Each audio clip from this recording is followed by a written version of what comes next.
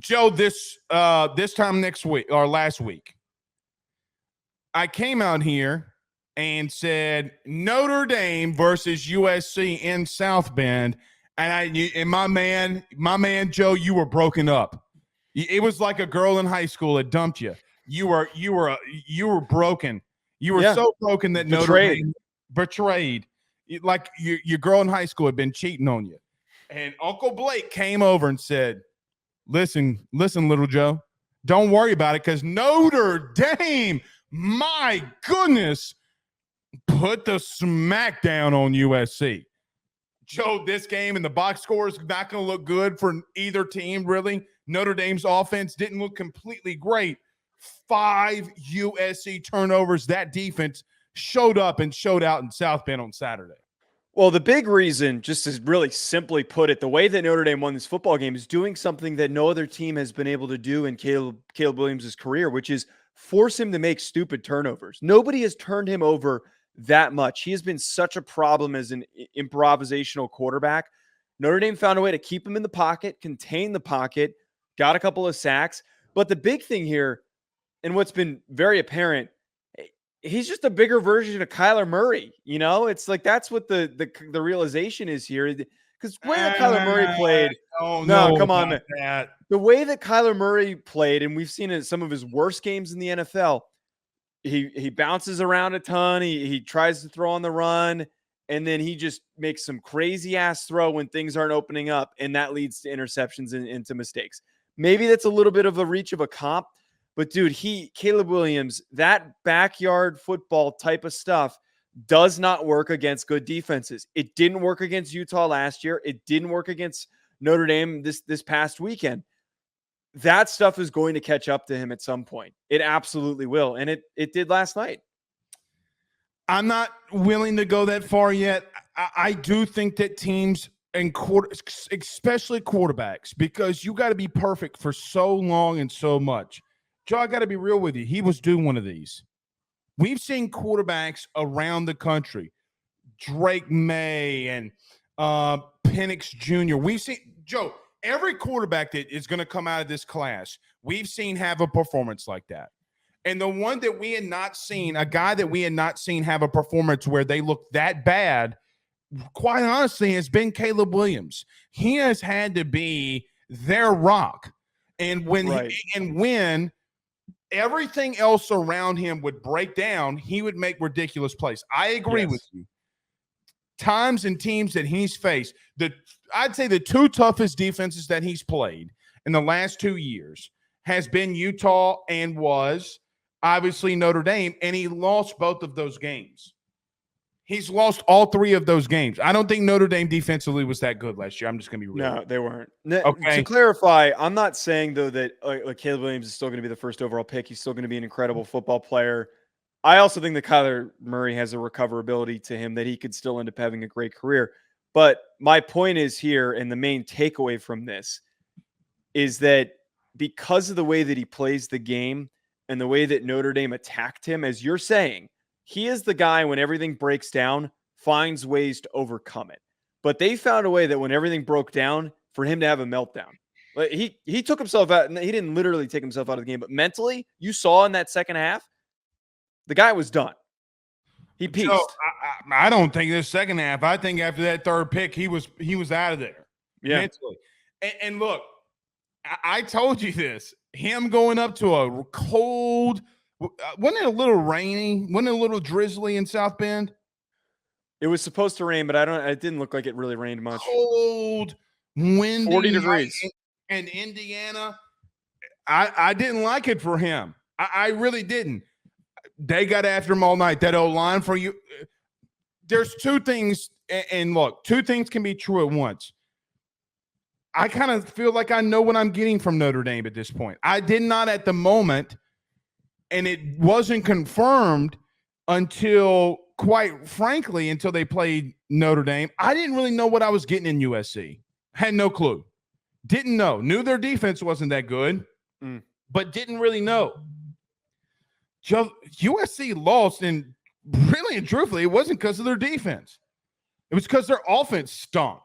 And I do think that every team every team, national championship team, there's going to be a game where your offense is off. And I said this in the preseason. I'm sure I know that you'll remember this because we talked about it ad nauseum. I think Lincoln Riley's the biggest fugazi of a coach. Everybody talks about him in the top 10. Remember, we talked about our top 10 coaches, top 5 coaches. And I was like, look, everybody comes on here and says Lincoln Riley's one of the best. Says whom? Because here's another game on the road against a ranked opponent that he cannot win a football game. So USC might be 9-3, bud. They might be a 9-3 football team. Because if they do have to play some of these other teams, look, they play Washington, they're going to lose. I really think that they're going to get beat by Washington. I really do think so too. And when they get to the Big Ten, it's going to be oh God, man, a rude awakening for stinking Riley. Because it's the same, you're going to see that every single week. Physical teams up front that are going to play really gap sound football, that their offense maybe not that exciting. When you get to play a revamped Michigan State or an Iowa, and I know that those offenses probably won't be very good, but if you can't overcome a good defense at all, and you make those mistakes and you turn the ball over, it is going to be an uphill battle for them in the Big Ten. But you hit on something that's really important here. I am not taking this away from Notre Dame. As a Notre Dame fan, I am extremely excited by the fact that they won. I was screaming in my hotel room with Sean while he was trying to sleep last night, and he was pissed at me. I think that this game is a lot more telling of USC than it is for Notre Dame. My thoughts on Notre Dame have not changed. They have an elite defense. Their offense is still extremely weak. They got a lot of short fields. They even had multiple positions for their defense set them up for points and put points on the board. That to me is just so much proof that USC does not belong anywhere near the conversation as a top team in the Pac-12 or in the country.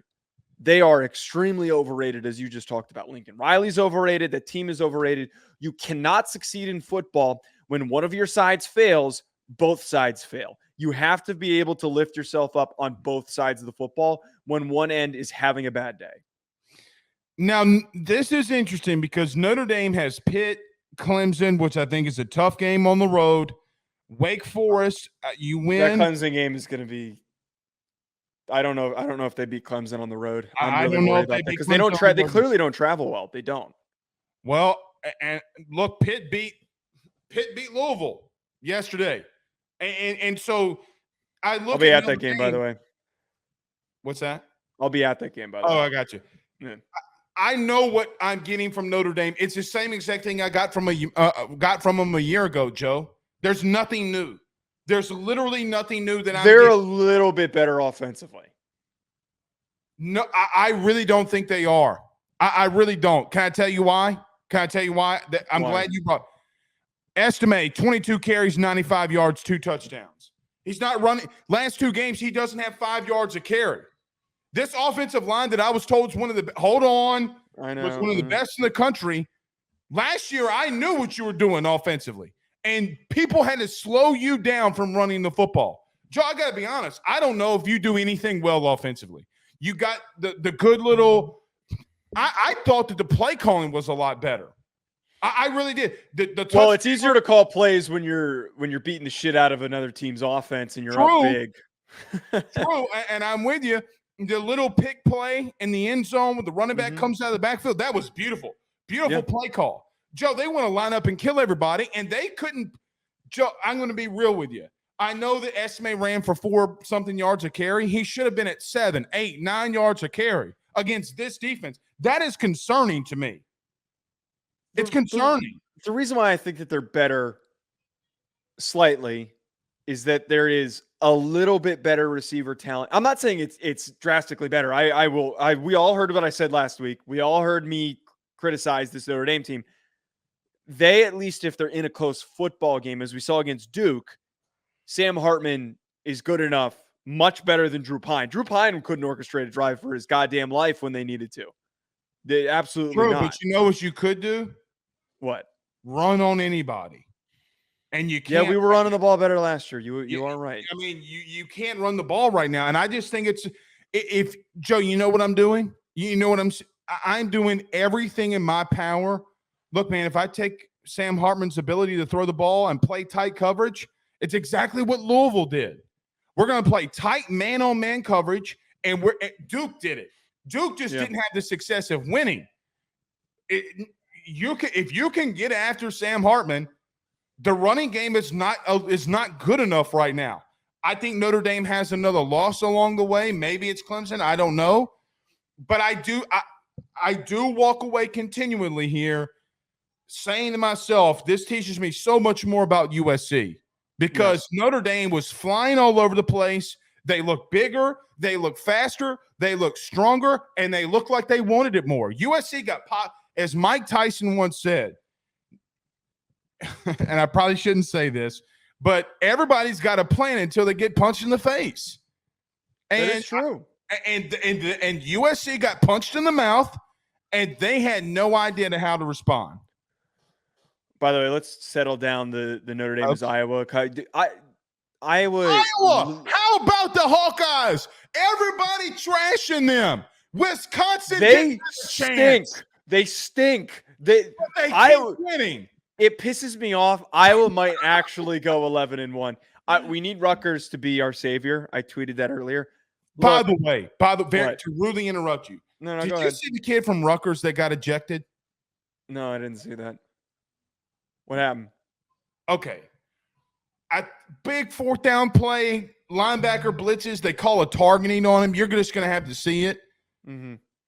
Actually, can you go look it up there? This Rutgers ejection. Can you just look at this for me very quickly so we can talk about this? Because I don't know the kid's name. I just saw it on Twitter.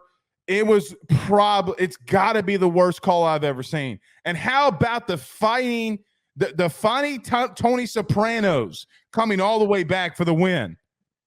New Jersey in the house. Nothing's coming up.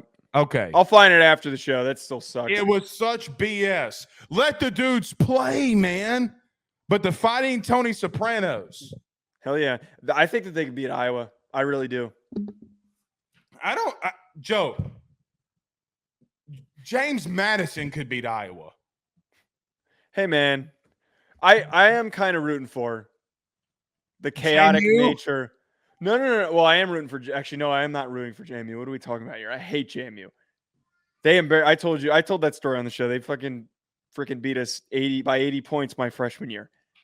I am rooting for the chaos of if Iowa runs the table and goes 11-1. I think that would be the perfect, just absolute F up for our expectations for the. Imagine if they go all the way to the Big Ten championship game and they somehow get Michigan to stoop down to their level and they just ruin everything.